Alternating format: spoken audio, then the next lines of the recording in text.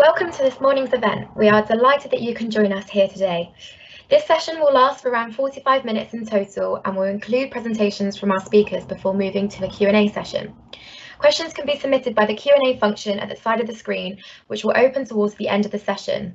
Unfortunately, not all questions will be answered due to time constraints, but rest assured they have been received. I'm delighted to pass you over to our first speaker, Dina Gillespie, an Area Operations Manager at Thames Water, to open our event. Dina, over to you. Hi everybody. Welcome to this celebration of women in engineering, and thank you for taking the time to join us. International Women in Engineering Day was officially on the 23rd of June, but it is wonderful that we can continue to celebrate and recognise the impact of women in engineering alongside our education partners. The theme of this year's celebration is Shape the World, and I really hope by the end of this event you leave inspired by what you have heard and excited by the amazing career opportunities available to women in this fantastic industry. If you're a problem solver, then you're an engineer. I will now play you a 3-minute video celebrating some of the engineers and technicians who work at Thames Water. Let me see if I can get the IT to work smoothly, so bear with me.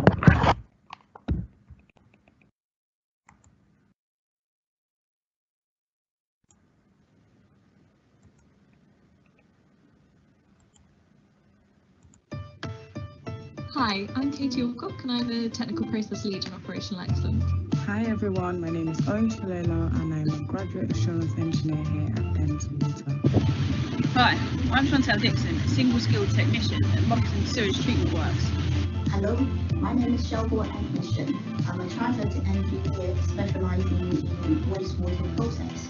As part of my job, I look at challenges that we're currently facing in the water side of our business and look at ways of making operational improvements to those areas with the resources we currently have.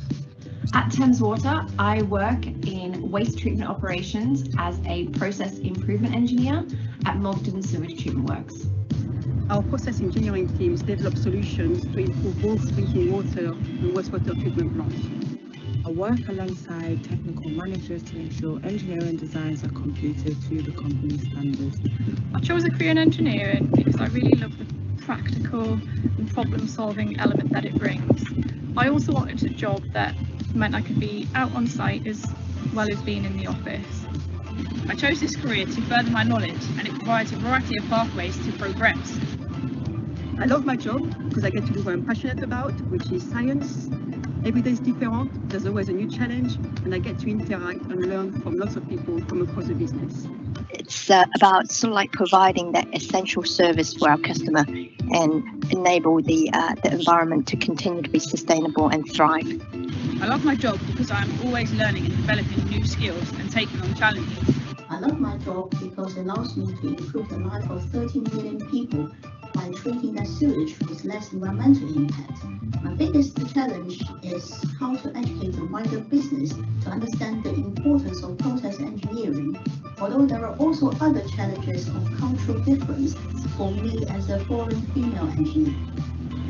Diversity is important because no matter who we are or where we are from, we all have unique talent to bring to the workplace.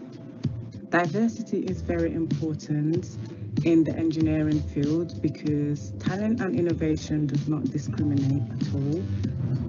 I think diversity is important in engineering. Having people coming from different backgrounds and with different experiences means that we approach projects from different angles and we can all work together to deliver successful projects. I'm a part of a fantastic, diverse maintenance team who support me constantly and encourage me to progress. We are working harder and smarter and committed to the cause of shaping a sustainable world. By working with colleagues from all around the world, we are shaping the world. And we are shaping the world. And we are shaping the world. Women in engineering is the future and we are shaping the world.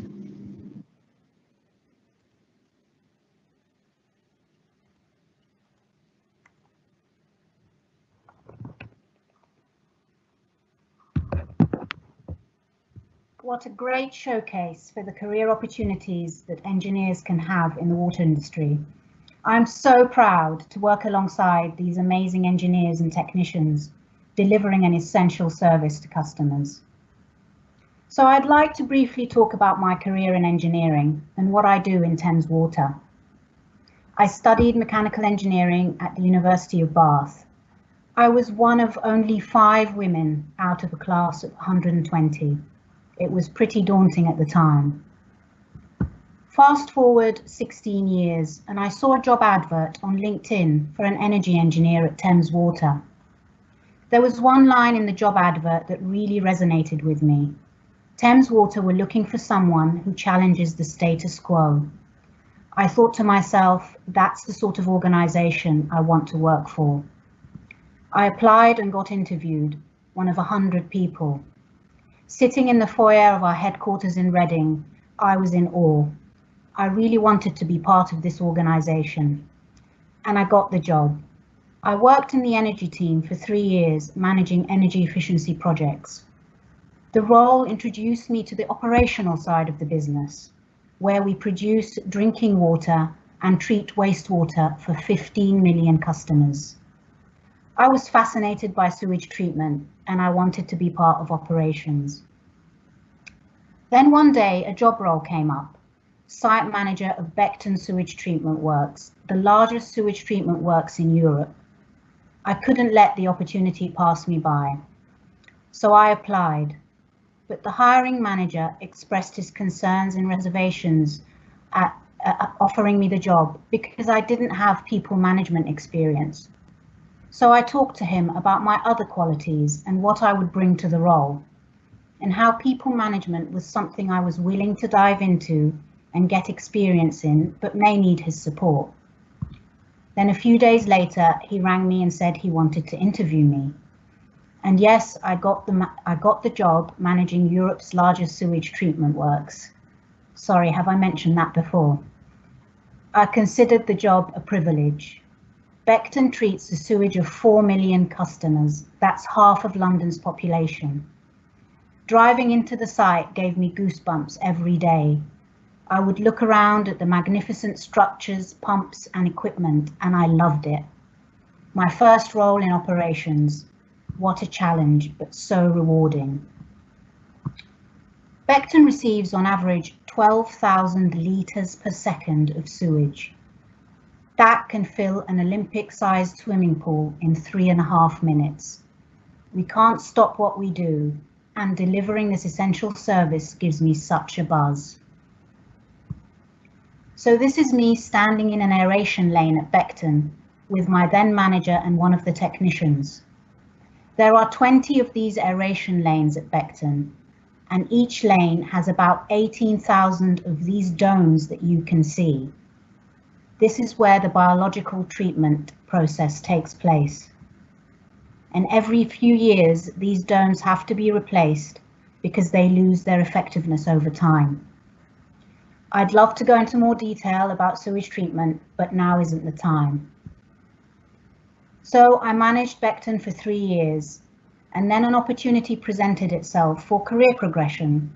And last year I became area operations manager of 4 sites in West London, the largest being Mogden Sewage Treatment Works in Twickenham.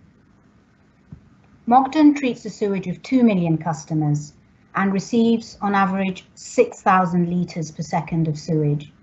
That would fill a swimming pool up in 7 minutes. At Mogden, we produce our own renewable energy from the sewage, enough to power 60% of the site. How amazing is that, making energy from poo? Yes, as a woman in engineering, I have been in the minority, but that's changing and it's got to change. Engineering has offered me the opportunity to be part of an organisation that is at the heart of people's daily lives and where I can be part of a team that fixes problems every day. I'm passionate about sewage treatment, but I'm even more passionate about getting more women into engineering so we can shape the world. Right, I will now pass you on to Katherine, who is an ICA technician at Thames Water. Hi, I'm Katherine Whatley, and I'm joining today from Chertsey Sewage Treatment Works, which is my base where I'm an ICA technician. So ICA stands for Instrumentation, Control and Automation, and I essentially look after all the control systems and on site that run our plant and all of our alarms that go up to our central control centre. I've always been interested in how things work and wanted to work in a practical field.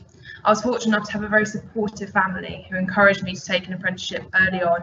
Both my father and grandfather worked in engineering and both had very good careers in engineering. And I was lucky enough to be able to do some work experience with Thames when I was 15 through my dad. And I was able to work on water treatment works, wastewater treatment works, and also in the head office. I found this experience really good and my school was very supportive of it. They were also very university driven. So when I got to my A-levels, I applied for university and I wanted to study physics. But I was the year that university fees changed from £3,000 to £9,000 a year, and it made me stop and think about whether I really wanted to do that. So I took 2 years out, which I spent travelling and working, and I ended up working in one of Thames Water's call centres. There, one of my managers was on the graduate scheme and she was really promoting the apprenticeship scheme to me, as was my dad.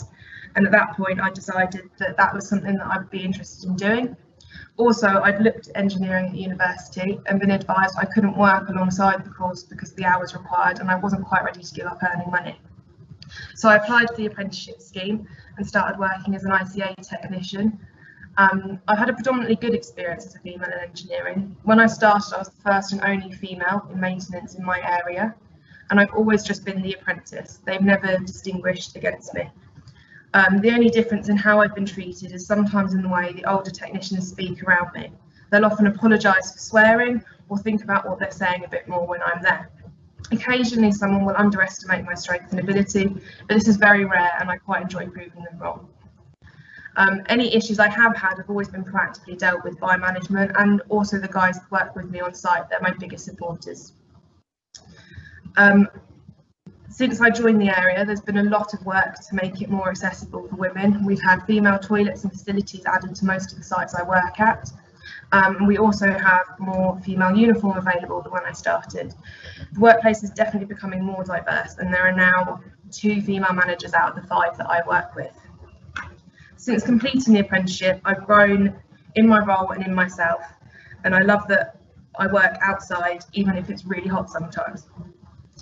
I'm allowed a lot of independence in my role, and I manage my own workload a lot, which I really enjoy. And I also work with a variety of people. I find that my opinion is generally valued and respected, and I've been recognised for steadily improving in my role and my passion to resolve issues and actively improve the site. I take pride in the work that I do and I'm proud to provide an essential service, especially in times of crisis. I'd now like to hand over to Steph Mitchell, who's the Careers Lead at UTC Reading, who we work with to promote STEP, the engineers of the future.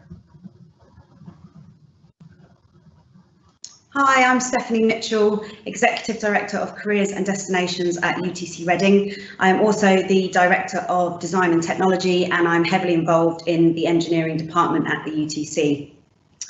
A little bit about the UTC. We are an engineering and computing specialist college.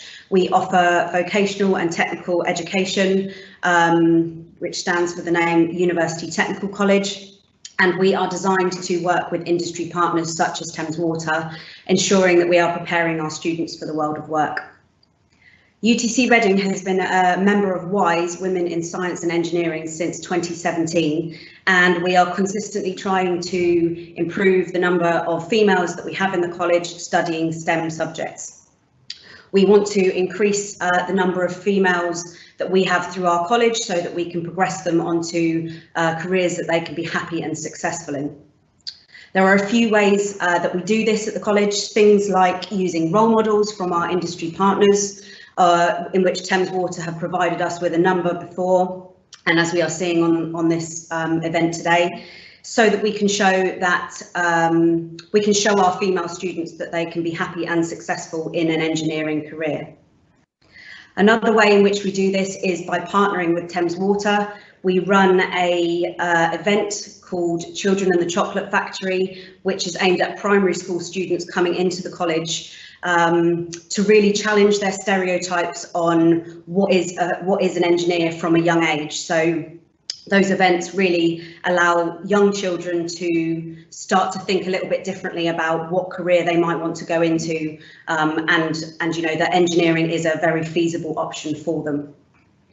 We also at UTC Reading deliver unconscious bias training to our staff, and we think this is really important to ensure that it's embedded entirely across the school, through the staff, through the students, and it just means that our staff can start to think about different ways of including female role models in their lessons, for example, famous people when they're giving examples in lessons, and it means that constant thread of challenging that stereotype is running throughout the school. And finally, being a teacher of engineering and a director of the department, it has meant that very often I'm the only female teacher. I can be the only female within a classroom of male students as well. And I think this is a really good opportunity for me as a female engineer to be able to challenge our male counterparts' stereotypes as well, and really demonstrate how well both male and females can work together. So we're really trying to establish and generate the next generation of female engineers here at UTC Reading, and what a better way to demonstrate this to you than with our current Year 11 student Elise. So Elise, would you like to tell us a little bit about yourself and what it's like to be a woman in engineering? Yeah, so I am currently studying Year 11 at UTC Reading. I've finished obviously my exams, or should have finished my exams now. I studied engineering, geography and computer science, as well as the core subjects here. So quite a diverse range of subjects. Next year I hope to come back in Year 12 and study a triple BTEC in engineering and A-level maths, because those are subjects that I really enjoy. After college, I hope to join the RAF in a technical career. As you can see, I'm an RAF Air Cadet, so sitting in my uniform at the moment. I'm a cadet here at the college. I chose engineering because it's hands-on and I really enjoy that side of it, and also I can use my brain to do all the problem solving and math skills involved and all that sort of thing. So it's really diverse in what you can do as well. It's not just one thing. You can go into aerospace or defence or mechanical or really anything you can think of. So part of my journey to hopefully joining the RAF was doing RAF work experience in engineering departments. So that involved me going to Royal Air Force Station Benson and being shown all the different ways engineers work around the station. So that was on the Puma Force, the General Engineering Flight, and the Chinook Force, and Squippers and Armoury and all that sort of thing, and the ways that we can do engineering in one place, but so many different things. So I think my experience at UTC Reading has been really positive. I haven't really felt that being a female has disadvantaged me in any way. I think the only thing that I could say is that there's been cases where I've been the only girl in the room, but that just made me want to try harder and make sure I beat all the boys at everything. So that's really been the only thing that I've thought that has been different. But UTC Reading has really challenged me to think about what I want to do, and by showing us careers that we can do in engineering, because if we're not shown the careers, we won't ever know that they're there. With role models and newsletters and careers events and all that sort of thing. So yeah.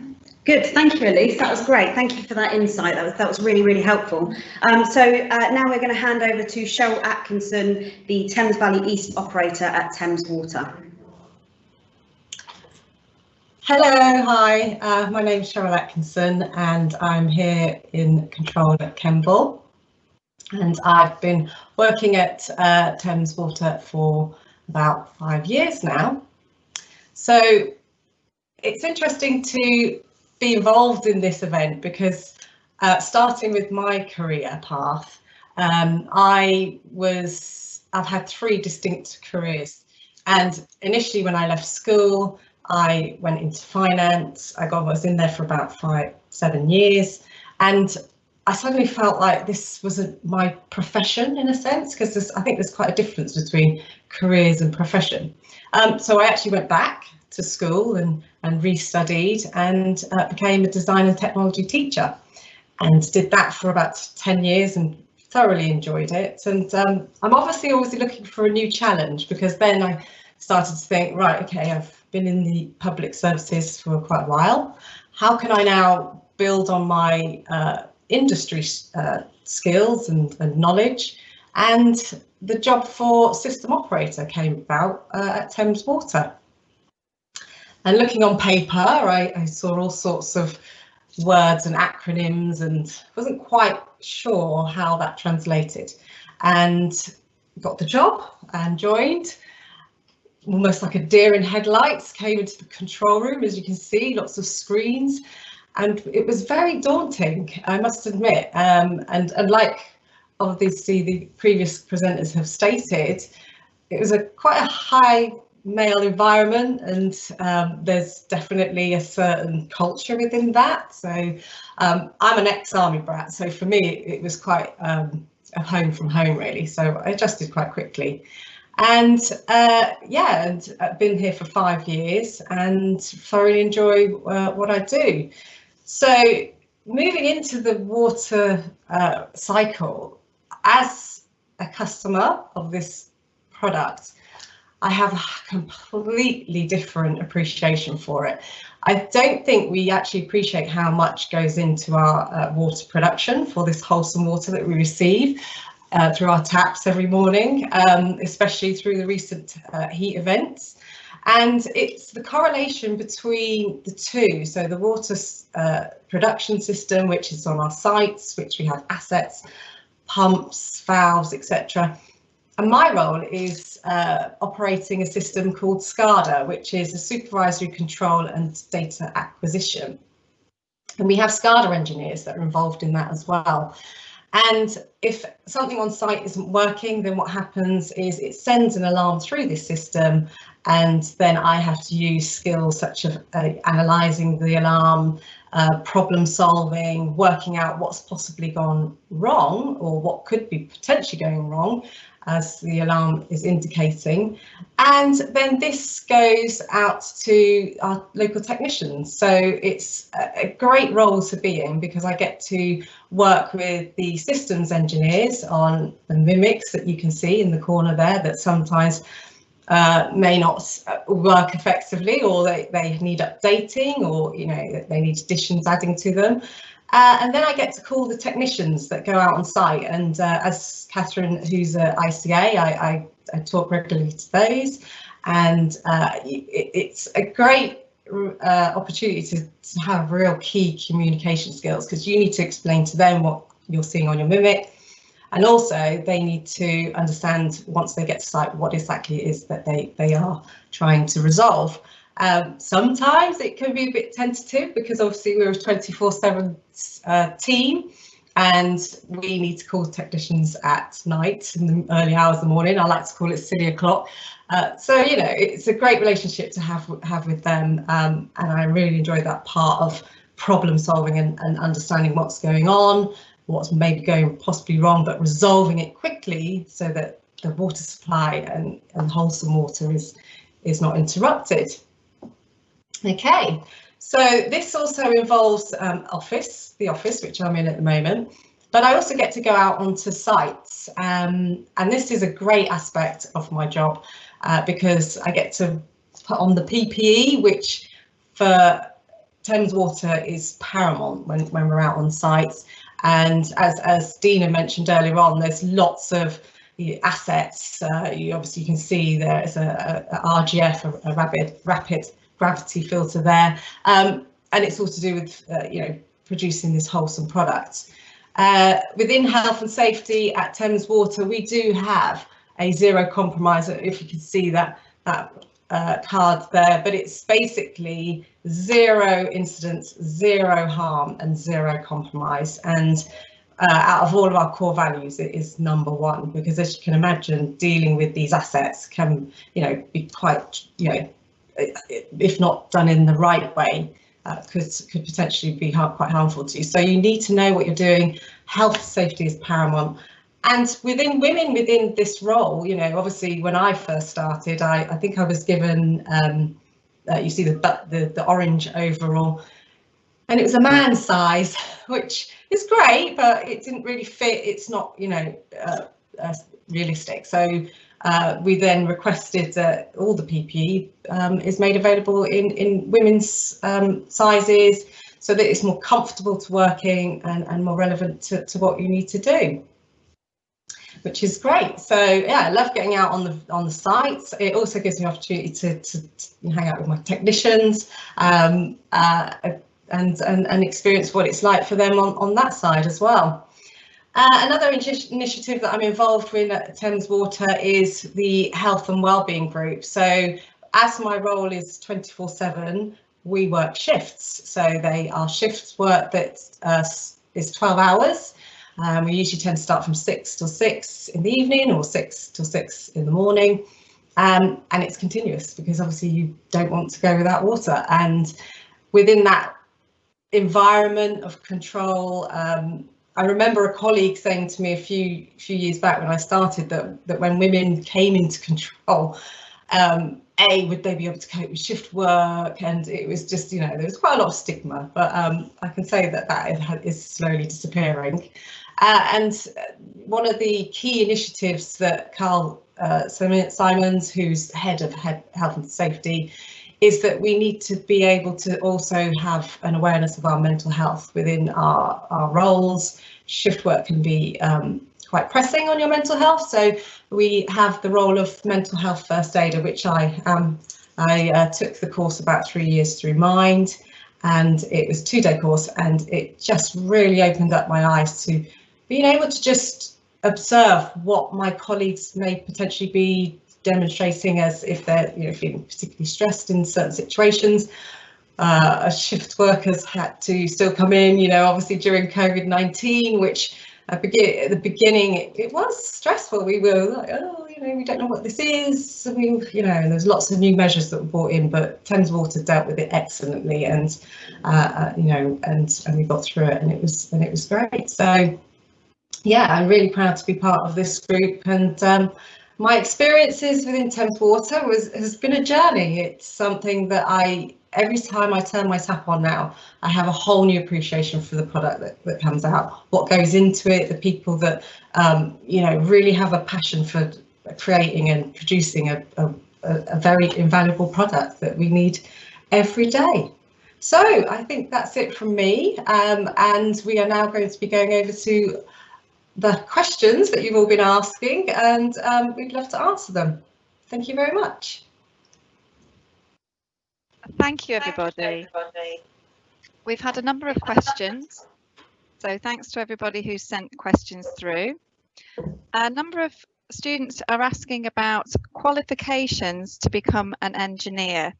So I think we'll ask Katherine, who is a recently graduated apprentice at Thames Water, about the qualifications to become an apprentice engineer. Hiya. So to join the apprenticeship, I needed, I think it was 5 GCSEs, A star to C grade. So I'm not quite sure what that translates to in the number system that you use now. And as an ICA technician, I needed a B in maths, because there's more maths involved in the role. And it's a lot more logic based, whereas the mechanical role, you just needed to have the A star to C. And then through the apprenticeship, I've done a number of qualifications. So I've done an engineering qualification at college in my first year. So the first year of the apprenticeship is full-time at college, and in that you do an engineering qualification, which is PEO. And we also did the first year of a BTEC level 3. and that was in operations and maintenance engineering. Then your second year I was on site and I did the second year of the VTALK level 3, and then I've also completed a HNC and a HND in electrical and electronic engineering. So those aren't a requirement of the apprenticeship, but they're an option to do as part of the apprenticeship.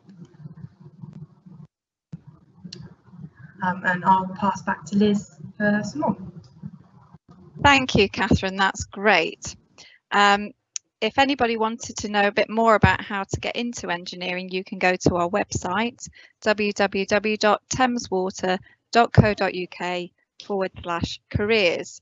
But now on to another question.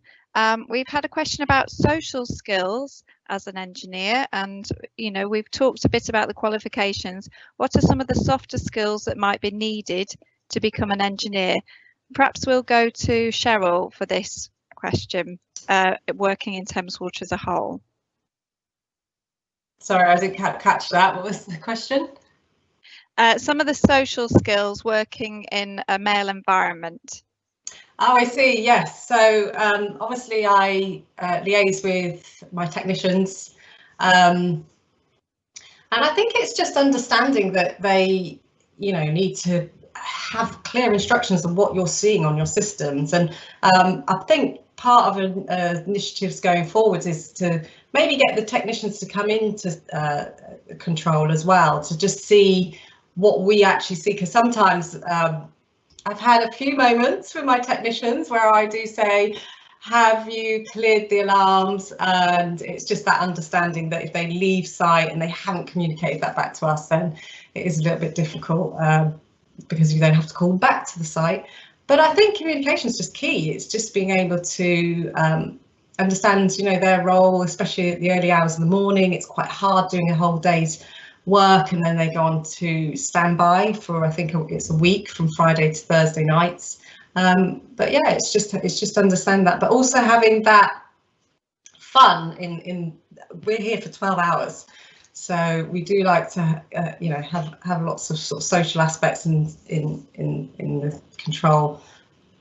That is, aside obviously the job, but just creating a nice family, in fact, atmosphere, that it's positive. We are here for long shifts, so it's all part of that. Back to you, Liz.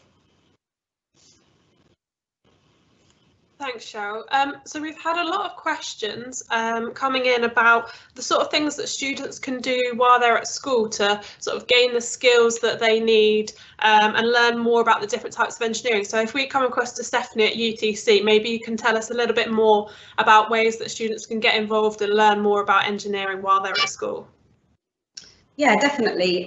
So obviously the first point of call is taking some kind of engineering qualification or qualifications that are going to support you to get towards engineering, such as subjects such as physics and maths.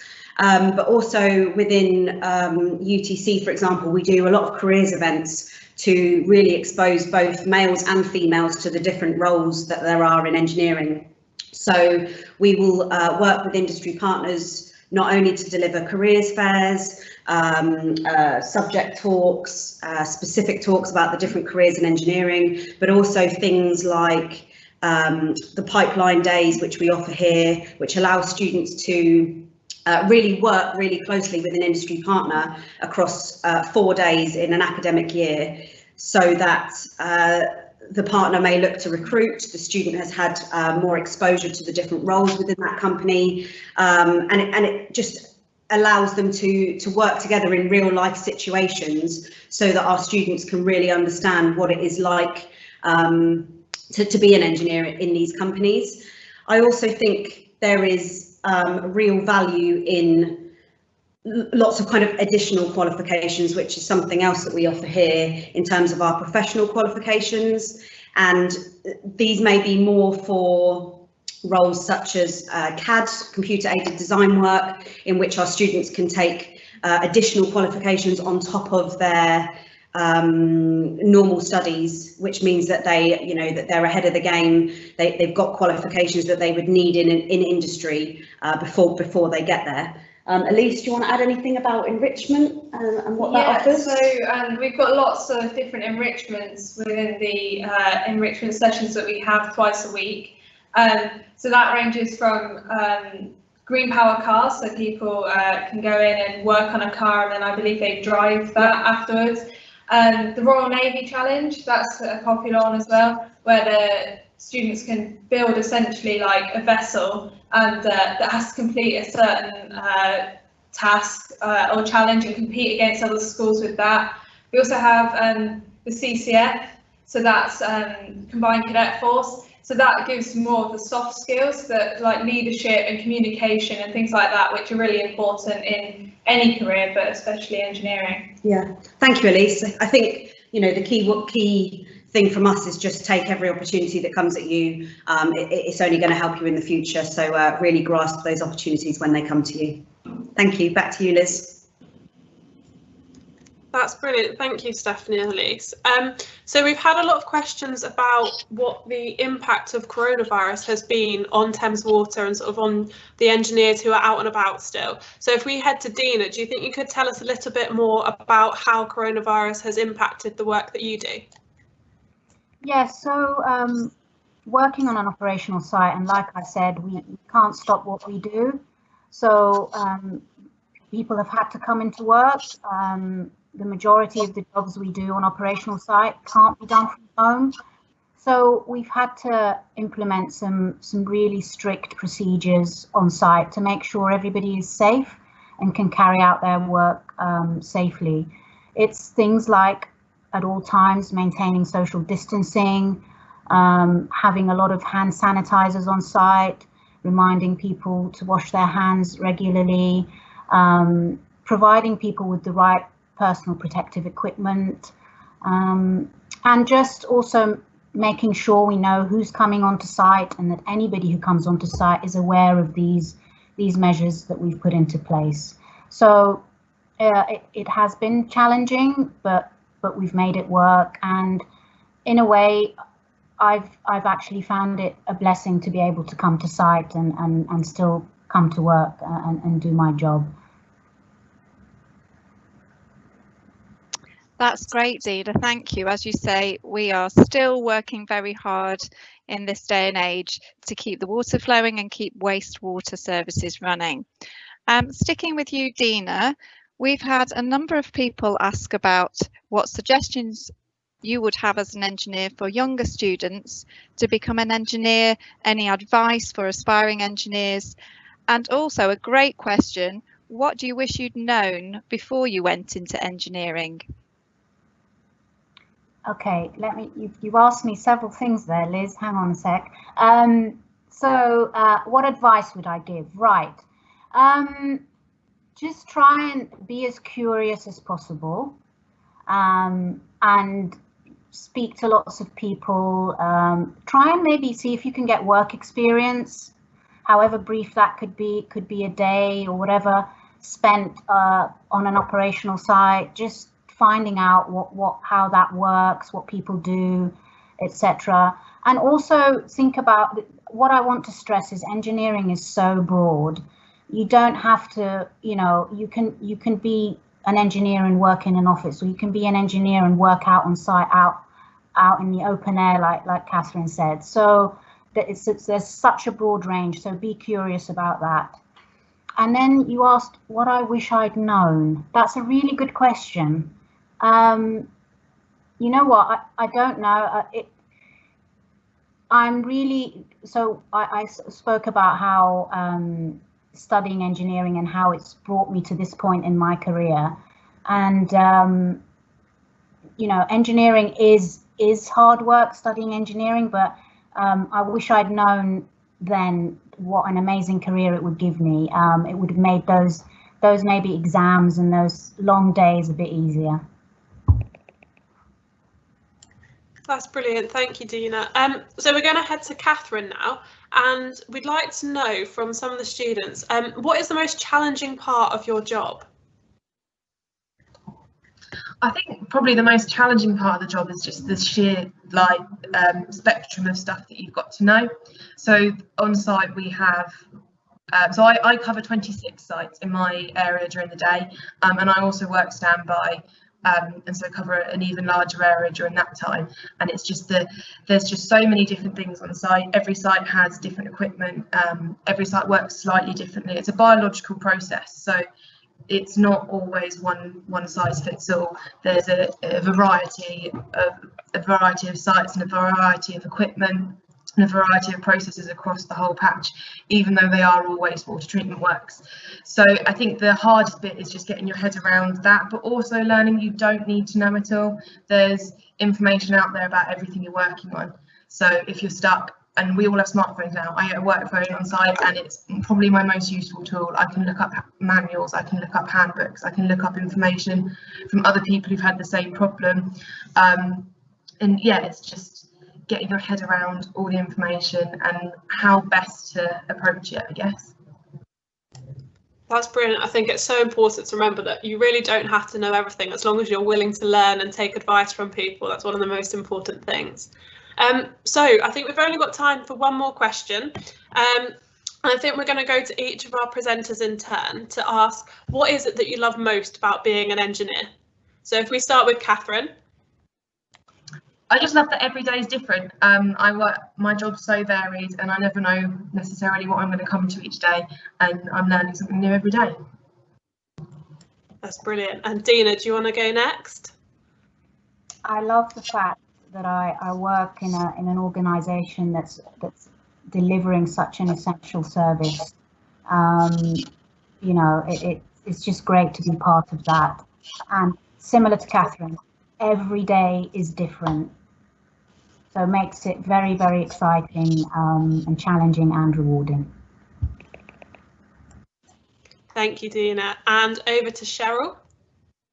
Yeah, I would definitely echo Katherine and Dina there. It's every day is different, but also the outcome of that, the product that you're producing, which, you know, it's a matter of survival, is great to be involved in. And also for me personally, just dispelling all the maybe the prejudice when I first started, being, you know, a female teacher, you know, will she cope? Is she going to be good enough? Etc. etc. And 5 years on, I'm still here and surviving. So yeah, it's been great. Lovely. That's brilliant to hear that you've broken down those barriers, Cheryl. And last but definitely not least, if we head over to Elise, what do you love most about being an engineer? I think just coming to school every day and thinking that I don't know. I could be in the workshop making something, or I could be in the classroom learning about the theory behind all the materials, and I get to problem solve. That's, I think, get to problem solve every day.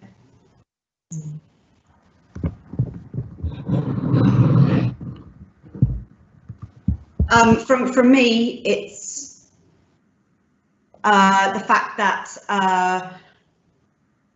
from me, it's the fact that I get to challenge stereotypes on a daily basis. Completely agree with Cheryl, and being a female only in this department, being able to challenge those stereotypes, being able to train and to teach the next generation of engineers is a real privilege. So yeah.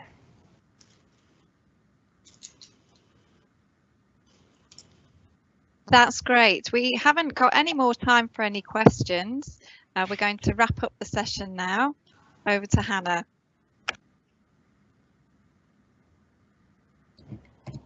Perfect. Thanks, Liz. Thank you to all of our presenters and everyone who joined us today. It was a really great session. For those of you who are joining us today via Speakers for Schools, today's event colour was blue. We'd also love to know what you thought of our event. Please click on the link in the Q&A section to complete our feedback form, or use the QR code that you can see on the screen. Thank you so much for attending.